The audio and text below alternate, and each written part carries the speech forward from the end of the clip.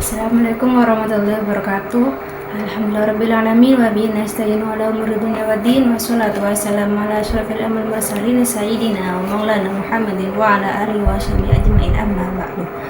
Yang saya takdimi Ketua Pengasuh Pondok Pesantren Zainul Hasan Genggong, yakni Kiai Haji Muhammad Hasan Mutawakil Allah SHMM, juga Bapak Rektor Universitas Islam Zainul Hasan Genggong, yakni Dr. Bapak Abdul Aziz Wahab BAMAG CHCHT, dan juga Dekan Fakultas Tadris Umum yakni Ibu Wahyu Lestari MPD, juga Keprodi Tadris Bahasa Indonesia yakni Ibu Maufiratul Hamdiah MPD, dan juga dosen pengampu mata kuliah Psikologi Pendidikan dan Pembelajaran yang diampu oleh Bapak Ahmad Izamul Hikam MPD, dan juga teman-teman yang saya hormati. Perkenalkan, nama saya Musdalifah dari Prodi Tadris Bahasa Indonesia semester 2. Di sini saya akan memaparkan sebuah peta konsep yang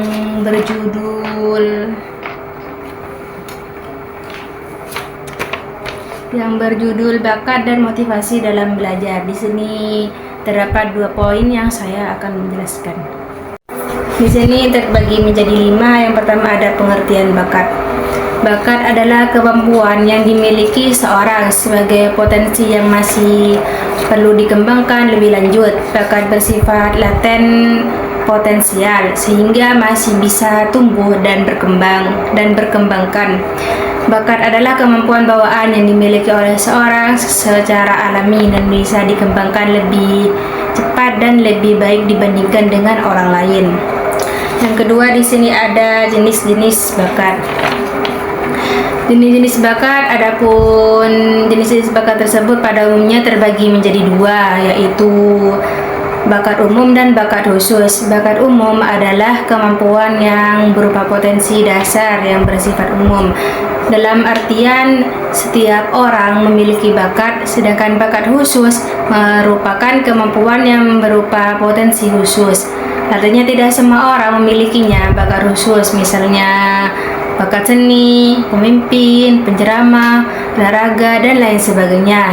Di sini menurut Mardiah dan Julike 2022. Terus yang ketiga, di sini ada faktor-faktor yang mempengaruhi perkembangan bakat. Yang pertama ada faktor internal. Faktor internal yang mempengaruhi bakat seseorang itu muncul karena berpengaruh terhadap dirinya sendiri, seperti minat, motivasi, keberanian, keuletan, dan menghadapi tantangan dan kegigihan dalam mengatasi kesulitan yang ada. Yang kedua ada faktor eksternal. Faktor eksternal di sini adalah faktor yang mempengaruhi bakat seseorang yang muncul karena pengaruh dari luar. Terus yang keempat, di sini ada peran bakat dalam belajar. Bakat dapat memainkan peran penting dalam belajar dalam beberapa cara. Yang pertama seperti motivasi intrinsik. Ketika seorang memiliki bakat atau minat alami dalam suatu bidang, mereka cenderung lebih termotivasi untuk belajar dan berkembang dalam bidang tersebut. Terus ada lagi seperti contoh perkembangan, keterampilan lebih cepat. Bakat alami dapat membuat proses pembelajaran lebih efisien. Terus seperti kepercayaan diri, bakat yang diakui dan dikembangkan dengan baik dapat meningkatkan kepercayaan diri seseorang. Namun bakat saja tidak cukup untuk sukses dalam belajar. Penting juga untuk berusaha dan berlatih serta memiliki kesabaran.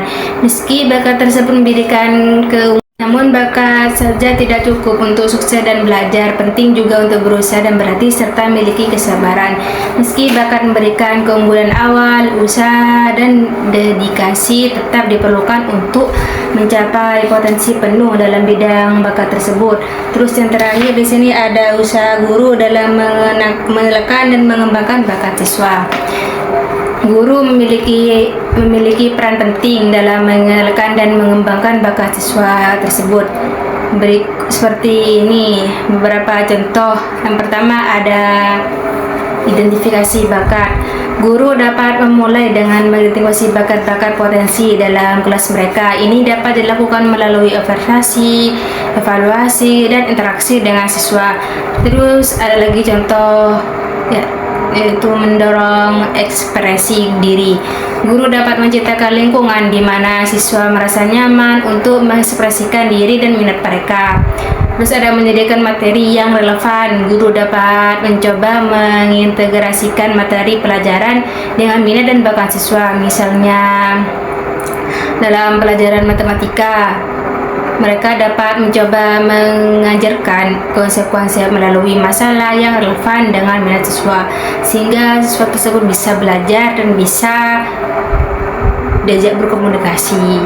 Yang kedua, di sini ada motivasi dalam proses belajar. Di sini terdapat 6. Yang pertama ada pengertian motivasi dalam belajar. Di sini pendidikan merupakan salah satu elemen yang memiliki signifikansi besar dalam kehidupan individu. Pendidikan memiliki dampak yang signifikan pada perkembangan dan kemajuan suatu negara dan juga berpengaruh pada kualitas hidup individu. Motivasi berasal dari kata movere yang berarti dorongan atau pendorong. Motivasi belajar adalah kekuatan dalam dari diri siswa yang memotivasi mereka untuk belajar.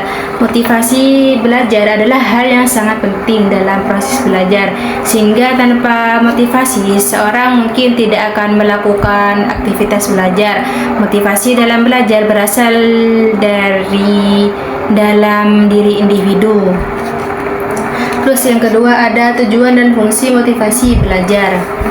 Motivasi memiliki tujuan dan fungsi yang penting dalam pengaruhnya terhadap perilaku individu.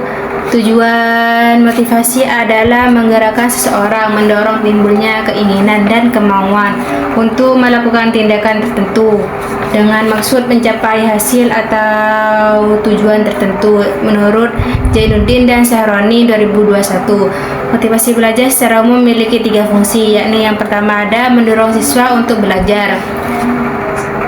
Motivasi mendorong siswa untuk melalui proses belajar dan terlibat aktif dalam kegiatan pembelajaran.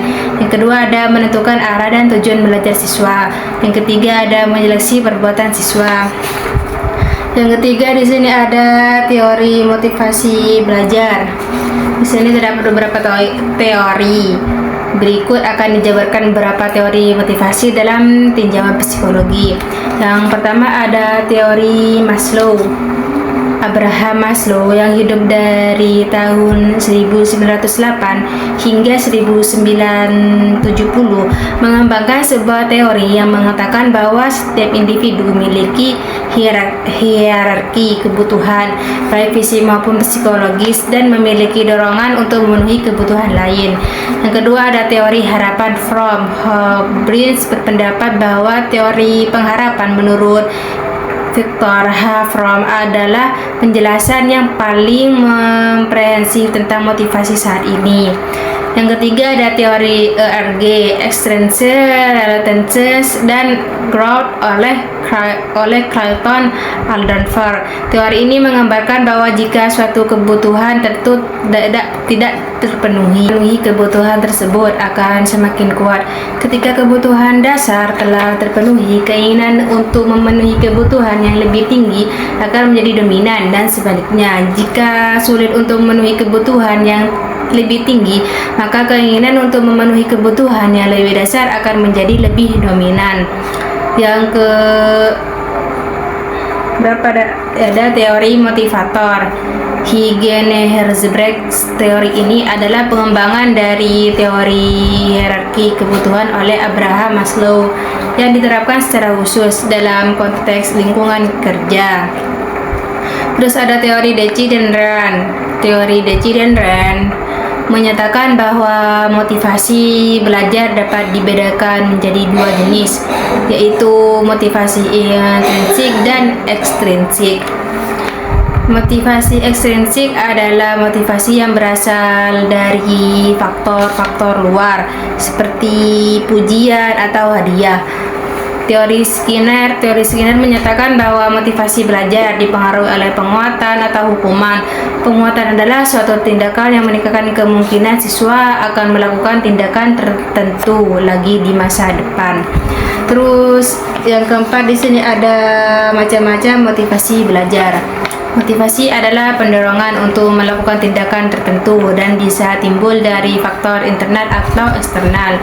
Terus yang kelima, ada faktor-faktor yang mempengaruhi motivasi belajar. Di sini menurut Omar Hamalik, terdapat beberapa faktor yang dapat mempengaruhi motivasi, baik motivasi intrinsik maupun ekstrinsik, termasuk yang pertama ada kesadaran siswa terhadap kebutuhan yang mendorong tindakan mereka dan pemahaman tentang tujuan pembelajaran yang ingin dicapai oleh faktor penting dalam mengembangkan motivasi belajar yang kuat. Yang kedua ada sikap guru. Sikap guru terhadap kelas memiliki dampak besar pada motivasi belajar siswa. Guru yang bijaksana, inspiratif, dan mampu mengkomunikasikan tujuan pembelajaran dengan jelas dapat motivasi siswa untuk berpartisipasi aktif dalam pembelajaran. Yang ketiga ada pengaruh dari kelompok siswa. Jika pengaruh kelompok sangat kuat, maka motivasi cenderung bersifat ekstrinsik. Dan terakhir di sini ada hubungan minat, motivasi dan prestasi siswa. Dalam konteks proses belajar siswa, minat dan motivasi memiliki peran yang sangat penting. Minat belajar adalah ketertarikan yang dimiliki oleh siswa terhadap kegiatan belajar tanpa adanya perintah atau ajakan dari orang lain. Minat dan motivasi siswa di sini saling terkait dan berdampak pada proses dan hasil belajar mereka di sekolah. Oleh karena itu, guru atau pendidik memiliki peran penting dalam membangun atau merangsang minat dan motivasi siswa, membantu mereka menjadi lebih terlibat dan bersemangat dalam proses pembelajaran. Cukup sekian pemaparan dari saya, kurang lebihnya mohon maaf apabila ada kesalahan kata yang tidak disengaja. Wabillahi taufiq wal hidayah. Wassalamualaikum warahmatullahi wabarakatuh.